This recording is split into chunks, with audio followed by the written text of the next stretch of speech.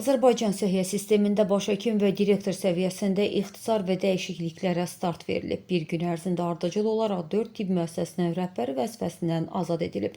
Bugün vəzifəsindən ilk azad edilən yeni klinikanın direktoru Barat Yusubov olub. Yayılan məlumatı Yusubov özü də təsdiqləyərək bildirib ki, artıq bu vəzifədə fəaliyyət göstərmir. Onun ardınca klinik tibbi mərkəzin direktoru Könül Ələkbərovun da vəzifədən azad edildiyi məlum olub. Ələkbərov media açıqlamasında bu məlumatı təsdiqləyib və qeyd edib ki, bugün təbibə dəvət olunaraq ərizəsi alınıb.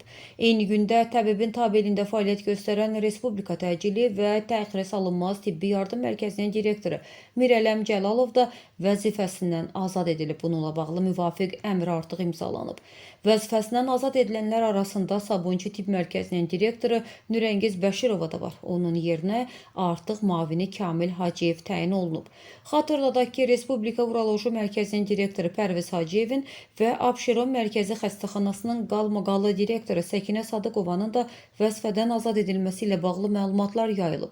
Lakin bu barədə hələlik rəsmi təsdiq yoxdur.